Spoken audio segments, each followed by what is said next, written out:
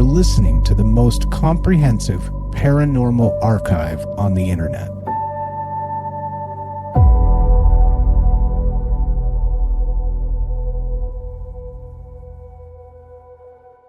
Welcome to Salsido Paranormal. I'm your host, James Salsido, and tonight I am talking about haunted places in the U.S.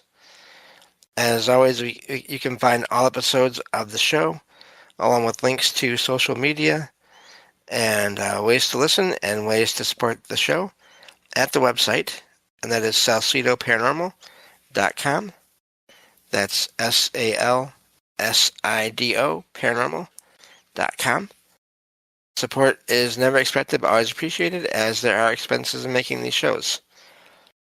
And there are many ways to support the show. You can share the show with others and rate and review it on your favorite podcast platform. You can also share your experiences through the website. Let's click on the Share Experience link at the top of the page and have them read on the show, or ask to join me on the show to share them. And you can also sign up for the Patreon feed and get all the extra content there. And for as little as $1 a month. You can also check out the merchandise store and get all kinds of shirts and some other items with designs made by friends of the show. And please support friends of the show. That would be Jen, the Arcane Observer, who has her own channel, and also co-hosts with me on this show on Saturdays, whenever she's able to join me. Also, Ricky of the Anything Is Possible podcast, and that is he does a show on Sundays and some other days in rare cases, on top of his regular streams where we talk about all things paranormal, and I join him for those. Also, Michael Strange, host of Troubled Minds Radio, which I join in on frequently, and also the Troubled Minds Radio Network, KUAP Digital Broadcasting. And that takes care of that. So a couple of things to note here. When it comes to these shows that I do here, what I do is I'd start a search online using AI to get a summary of a location and sources, and I read the summary on the show, and I provide the sources in the episode description. But also be aware that sources are written at one point, and then things can change over time. So if you're thinking about visiting a location, please make sure that it is okay to do so, and follow the schedule and rules and regulations when it comes to doing that, because I do not ever recommend trespassing for many reasons. And let me get to the document here, and I'll be right there.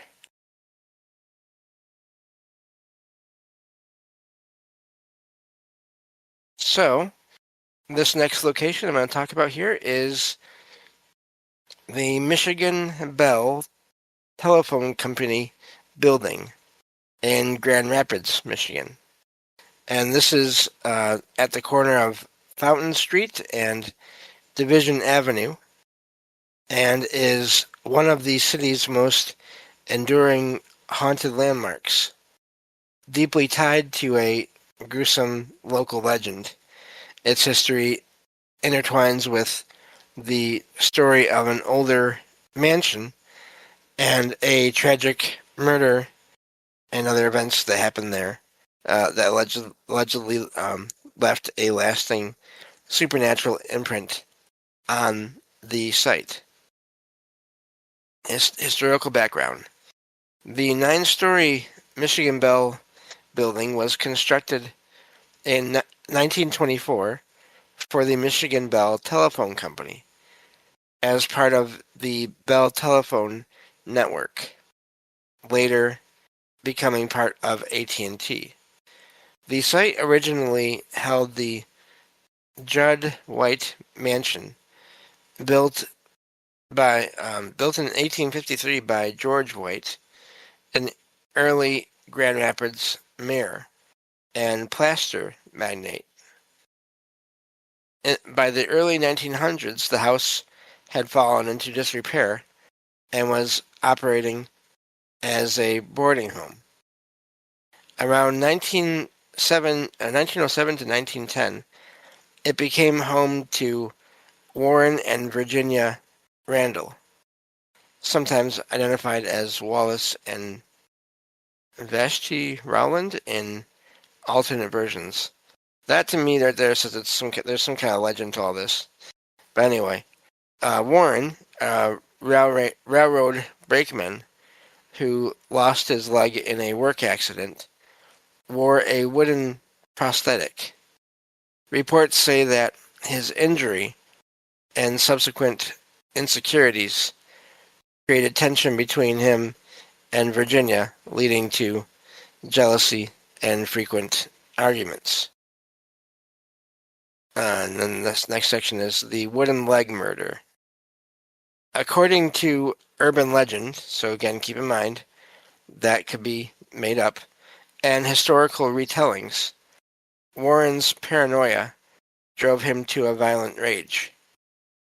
In the most common version, and it gets into details about death here we're not going to get into, the couple was found, their remains are reportedly discovered weeks later after neighbors complained about a foul odor emanating from the boarding house. Though local historians note that evidence of the Randalls' existence is elusive, the story aligns with reports of real early 20th century domestic violence cases in Grand Rapids, suggesting that the legend may have been built upon fragments of truth. Reported hauntings. Even before the mansion's demolition in 1924, neighbors claimed to hear arguments, screams, and the rhythmic thumping of a wooden leg moving across the floors at night. When the Michigan Bell telephone building was erected, residents thought the haunting might cease, but the paranormal activity allegedly intensified instead. Starting in the mid-20th century, people throughout Grand Rapids claimed to receive eerie late-night phone calls. That's fascinating. Traced back to the Michigan Bell building. Calls in which only silence was heard on the line. Employees also reported unexplained cold spots, voices, and a sensation of being watched during night shifts, leading some to believe that the ghosts of Warren and Virginia Randall still linger in the building. And again, this is even though there's not any proof of those exact names or those exact people being there. Modern recognition. Today, the Michigan Bell building remains a site of local fascination. It continues to appear in Grand Rapids ghost tours and paranormal studies as one of the city's most haunted locations, symbolizing how tragedy and folklore merge into urban legend. The tale of the wooden leg murders stands among Michigan's most frequently retold ghost stories. It's just fascinating because I had never heard of this until doing this research. So, and it always fascinates me, like I said too, when there's activity but there's legends and there's not evidence of these places.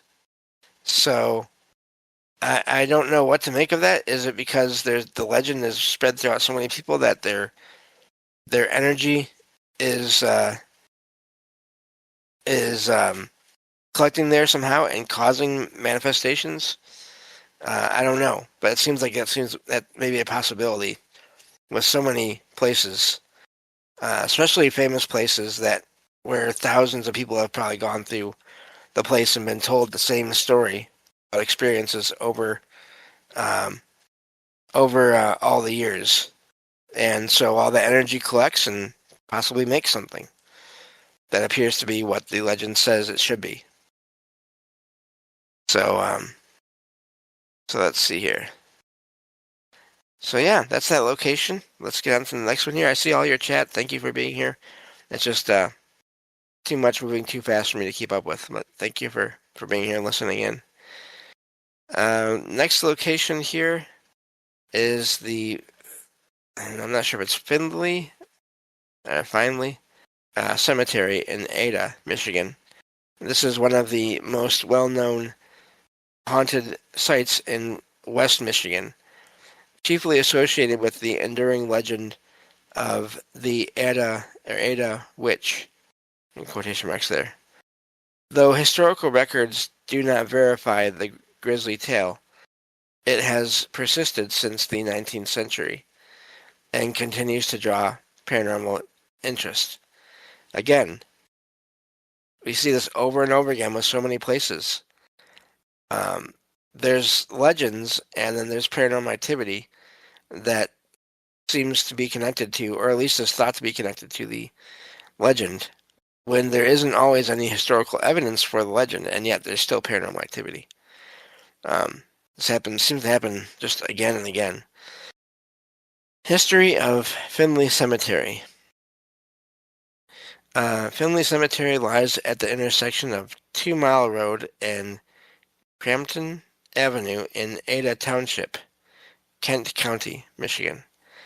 It dates back to the 1800s and contains numerous graves from early settlers of the area. The cemetery was transcribed by the Daughters of the American Revolution in 1931, confirming its significance as one of Ada Township's pioneer burial grounds. The legend of the Ada Witch. The haunting centers on a spectral woman known as the Ada Witch. According to legend, in the mid to late 1800s, a married woman conducted a secret affair in the woods near what is now Seidman Park. Her husband, suspecting infidelity, followed her one night, discovered her meeting her lover, and in a jealous rage, murdered her. The husband and the lover then fought to the death, leaving all three dead, or mortally wounded, near the grounds of Finley Cemetery. Guess that's not impossible, but wow. Over time, locals began referring to the woman's restless spirit as the Ada Witch. Variations of the tale say her body was buried in Finley Cemetery, while others claim her spirit haunts the area because the violence occurred nearby. Despite the name, there is no evidence she practiced witchcraft. Oh, imagine that. The title appears to have been given posthumously due to local fear and folklore. Reported hauntings. Visitors to Finley Cemetery and its surrounding woods describe a variety of phenomenon. Apparitions of a woman in white, very common apparition in a lot of places, often appearing near a gravestone dated 1870, believed by some to be hers. Unexplained tapping on shoulders, footsteps, and sudden drops in temperature. Paranormal activity extending to Honey Creek Road, where her body was allegedly found, and Seidman Park, where the murder supposedly took place. So that's that. Let's see here. Paranormal activity. So just in general, weird things, I guess. The real Sarah McMillan. Many believe the Ada Witch legend became associated with an actual woman named Sarah McMillan, who is buried in Finley Cemetery. However, historical records show Sarah died of typhoid fever, not murder, indicating her involvement in the story is purely folkloric. Modern interest and preservation. Finley Cemetery remains an active site of curiosity for ghost hunters and folklore enthusiasts. Paranormal teams frequently investigate the area, and respectful visitors often leave small offerings, coins, trinkets, or candies. Candies or candles? Sorry, candles. By what is thought to be the witch's grave. Because of vandalism and nighttime trespassing, local authorities now closely monitor the grounds and encourage visitors to obtain permission before entering after dark. And that's where that one ends. Um, so, looking at, excuse me. Anyway, I'm not going to read that just for now, but at least not out loud. So yeah, here we have another case of a legend or folklore, or you might almost call it modern mythology, and that happens all over the place. And there are these stories that are made up, maybe based on one or two little details that might be real for someone, but then sort of spiral into these major stories. So, looking at the chat here, Dragon Rose says, I have a cousin that lives in Pickford in the U.S., and he loves to visit these kinds of places in Michigan. Okay. But anyway, so yeah, it's really fascinating when these places, the legends develop around them, and then there's still reports of paranormal activity, um, and yet there's not always historical evidence of these places, of these events happening that would cause the paranormal activity. So anyway, we can get through at least one more here. And this next one is Fort Mackinac on Mackinac Island. Fort Mackinac, located on Mackinac Island, Michigan, was founded in 1780 during the American Revolutionary War, when the British moved from the vulnerable Fort Mackinac on the mainland to the island. The fort was strategically positioned atop limestone bluffs overlooking the Straits of Mackinac, controlling important trade and military routes. The British held the fort throughout the Revolutionary War, and it was officially handed to the United States in 1796.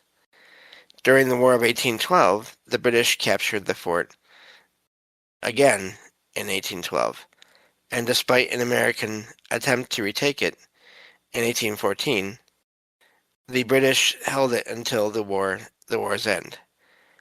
Afterward, the Americans regained control and maintained the fort as a military site until 1895.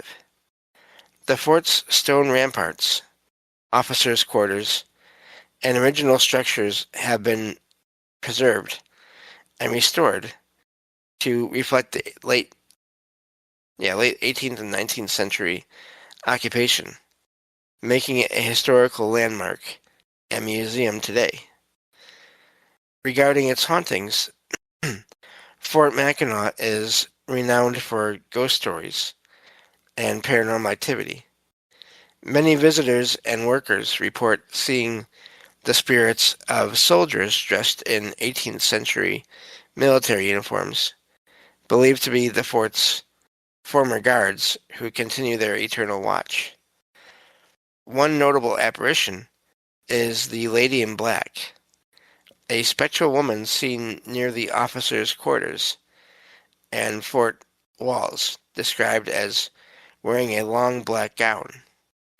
Theories about her include being a grieving widow or a spirit unable to move on.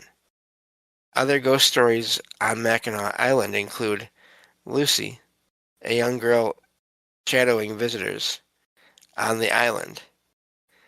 The island's history and numerous old cemeteries contribute to its reputation as one of Michigan's most haunted places, with mystery and unexplained phenomena regularly reported around the fort and the island.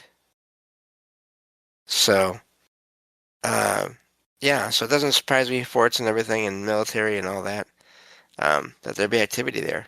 Also being surrounded by water. But let's see here.